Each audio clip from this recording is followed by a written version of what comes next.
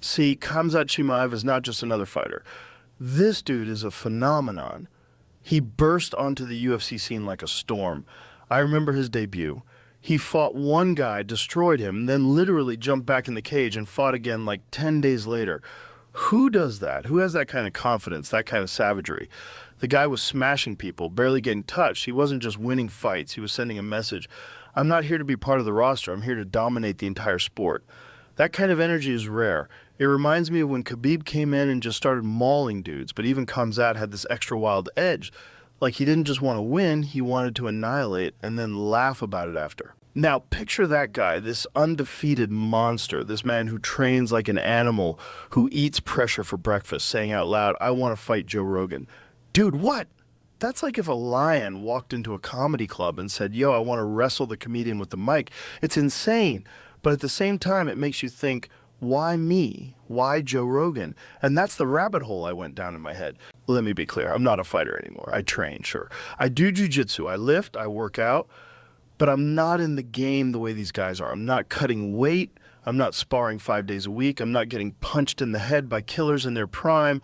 I've got nothing to prove physically. So when a guy like Khamzat throws my name out there, it's not about fighting me, it's about fighting what I represent. And I represent this bridge between the fighters and the fans. My podcast, my commentary, my voice. That's how most casuals even understand who Khamzat is. And I think he knows that.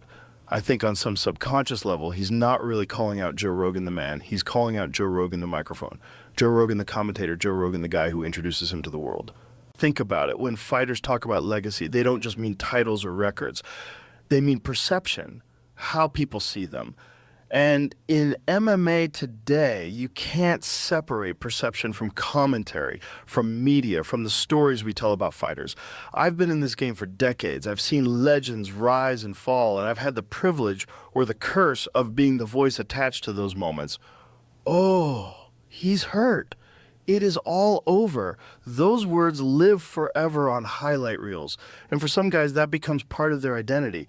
Khamzat knows that. He's smart. He knows that if he drags Joe Rogan into the conversation, he's not just fighting fighters, he's fighting the entire narrative machine of the UFC. But let's entertain this idea for a second.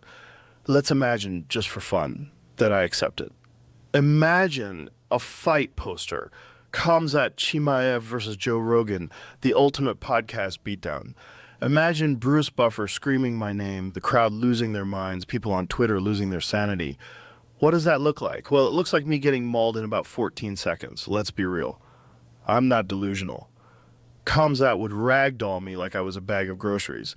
He'd pick me up, walk me across the cage, probably talk trash in Russian while carrying me, and then slam me on the mat.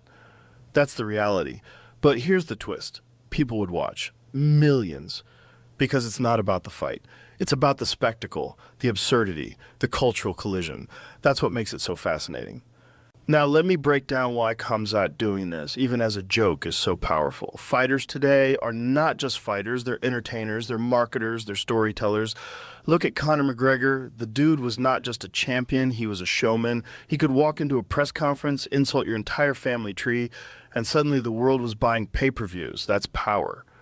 Khamzat doesn't have Conor's wit, but he has this raw, terrifying energy, and by calling out someone like me, he taps into the entertainment factor. He knows people are going to talk, he knows people are going to make memes, he knows headlines will explode. Khamzat calls out Joe Rogan. That's genius in its own chaotic way. And listen, part of me respects the hell out of it, because if you think about combat sports history, some of the wildest moments came from fighters doing the unexpected. Muhammad Ali used to say outrageous things. He'd challenge wrestlers, he'd call himself the greatest when nobody believed him yet. Hell, Ali literally fought Antonio Inoki in a mixed rules match in Japan. That was insane. The great boxer versus a pro wrestler. And the fight was bizarre, but people still talk about it decades later. Why? Because it broke the mold. It made people think about fighting in a new way. That's what Khamzat is doing, whether he knows it or not. He's breaking the mold. And then there's the psychological angle. Fighters are always playing games, even outside the cage. Khamzat is telling the world, I'm so confident, so untouchable that I can even call out the commentators. I can even challenge the voice of the UFC. That's dominance. That's a message. Nobody is safe from me. It's the wolf mentality. You don't just hunt prey, you scare the entire forest. Now, let me pivot to what this says about me, about my role in the sport. I've always been fascinated by how fighters see me. Some love me, some hate me, some think I hype them up, some think I ignore them. But the truth is, I just call what I see. I try to be honest. I try to be fair. And sometimes that honesty stings. Sometimes a fighter hears me say, he's breaking here, he's fading, he's tired, and they take it personally. Maybe Khamzat feels that. Maybe he remembers a moment where I said something on commentary that didn't align with his self-image. Fighters are sensitive, man. You can be the most dangerous guy in the world and still get rattled by a sentence. Words cut deep when your entire life is about pride and toughness. So if Khamzat's challenge is partly emotional, I get it. I really do. Because this sport is raw. It's not basketball. It's not baseball. It's your body, your mind, your soul in a cage for the world to see. And when people like me put words on top of that, it adds another layer of pressure. Some guys thrive on it. Some guys push back against it. Maybe this is Khamzat's way of pushing back. Maybe it's his way of saying, I don't just want to be described by Joe Rogan. I want to destroy Joe Rogan. Hi, guys. Let's imagine again the scenario I accept. The UFC actually books it. Dana White comes out, big smile on his face. We've got the biggest fight in history, Khamzat Chimaev versus Joe Rogan. The crowd would lose their minds. The MMA world would implode. Twitter, Instagram, TikTok, everybody would be making memes, clips, debates. And here's the funny thing. Even though everybody knows exactly how it would go, me getting annihilated, it wouldn't matter because the fight itself isn't the product. The spectacle is the product. The idea is the product. That's the same thing that drove Conor McGregor versus Floyd Mayweather. Everybody knew Floyd would outbox him, but people still paid hundreds of millions of dollars to see it because they wanted to witness the madness, the collision of two worlds. That's what combat sports has always thrived on. And in some twisted way, Khamzat versus Rogan fits right into that lineage. Now, do I want to fight him? Hell no. I don't want to get smashed. But if you think about it, fighters like Khamzat, they operate on a different frequency. Their life is about destruction. Their life is about proving dominance. When they call someone out, it doesn't necessarily mean they literally want that fight. Sometimes it's just a performance. It's theater. It's a way of saying, look at me. Look at how fearless I am. Look at how I can disrupt the conversation. And in that sense, I kind of admire it because that's what keeps the sport alive. That unpredictability, that chaos. The wolf howling at the moon just because he can. And I think in another sense, it forces me to reflect on my role because, let's be real, I've got influence. When I talk about a fighter on my podcast or on commentary, it shifts the way millions of people see them. That's a heavy responsibility. And maybe Khamzat, in calling me out, is holding up a mirror to that. Maybe he's saying, don't forget, Joe, your words are part of the fight too. That's deep, man, because words shape reality. They shape legacies. You can be a great fighter, but if the narrative around you doesn't connect, you don't become a star. And maybe what Khamzat was really doing was seizing control of his own narrative. By dragging me into it, he made himself bigger. He made himself the center of attention. That's marketing. Let's dive into psychology here. Fighter like Khamzat is fueled by identity. He's not just fighting opponents. He's fighting for who he is. He's the wolf, the killer, the guy who smashes. That's his brand, that's his existence. And what better way to reinforce that identity than to say, I'll even fight Joe Rogan, the commentator, the old guy, the untouchable voice. It reinforces the idea that no one is safe, that the wolf hunts everything, not just prey, but even symbols of the sport. That's fascinating. That's primal. It taps into the archetype of the predator who doesn't play by rules, who doesn't stop at boundaries.